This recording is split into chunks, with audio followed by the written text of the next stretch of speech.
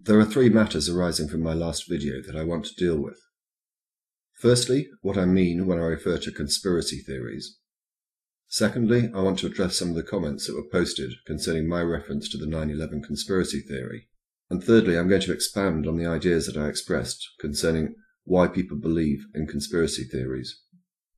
Firstly, when I use the term conspiracy theory and conspiracy theorists, I'm using those terms in their pejorative sense, namely to refer to any fringe theory which seeks to explain events as being the result of a secret plot by conspirators.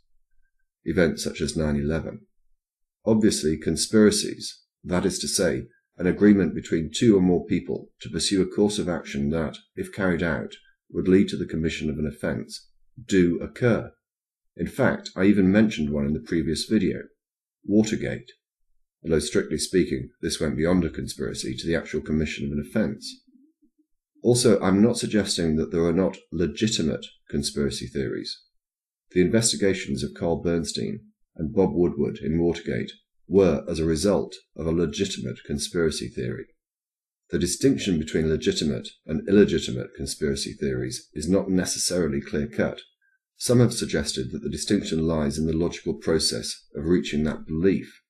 I would go further and say that the conspiracy theories that I am referring to, the illegitimate theories, are those where the holders of the belief often decide beforehand the conclusion that they want and then seek evidence to support it, much like creationists do.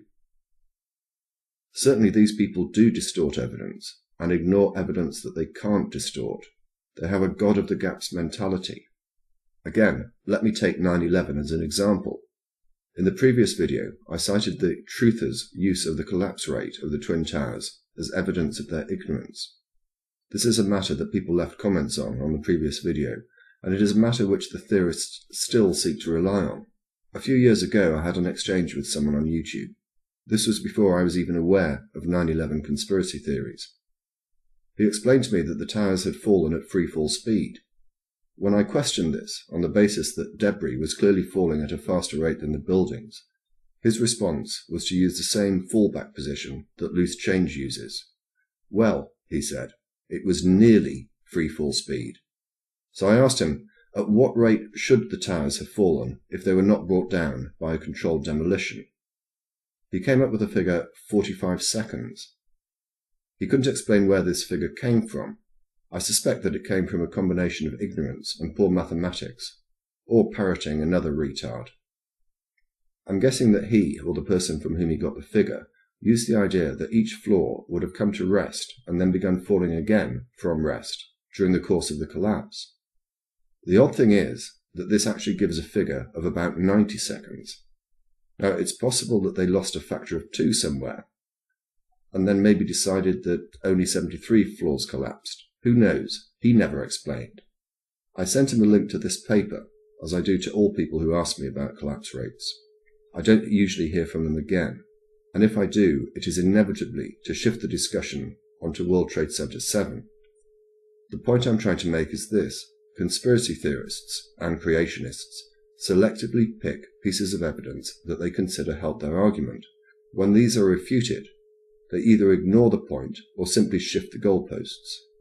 As far as I'm aware, no 9/11 conspiracy theorist has ever come up with a figure as to the time that the buildings would have collapsed had the official version been correct and controlled demolition not been used. At least, not a figure that is supported by any evidence. There is one comment that I specifically want to deal with. It reads, DPR Jones, I hate to say this because I like your videos, but you are way off on the 9/11 stuff. And, as others have said here, that's the South Tower in your video, not the North Tower, where it took 9 seconds. Get your facts checked before posting?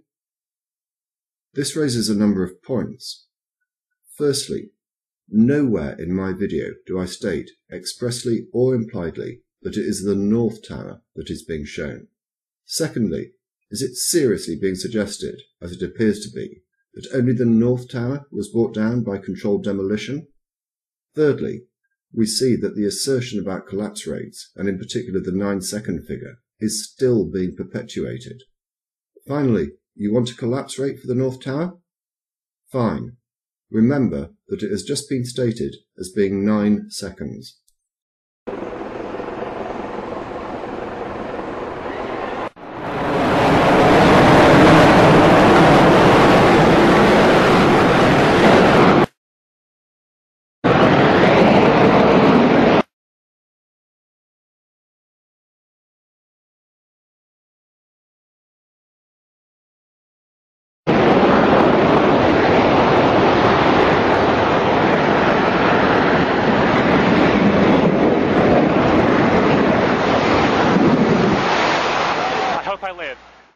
I accept that there's a change of camera shots at the beginning of the collapse, and the end is uncertain. So here it is from a different angle. I'll pause it at the moment the tower begins to collapse, and add a timer to the video. Now let's see what happens after 9 seconds.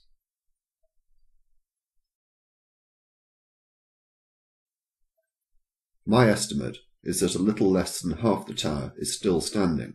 The total collapse time is difficult to assess, but it's certainly more than 9 seconds.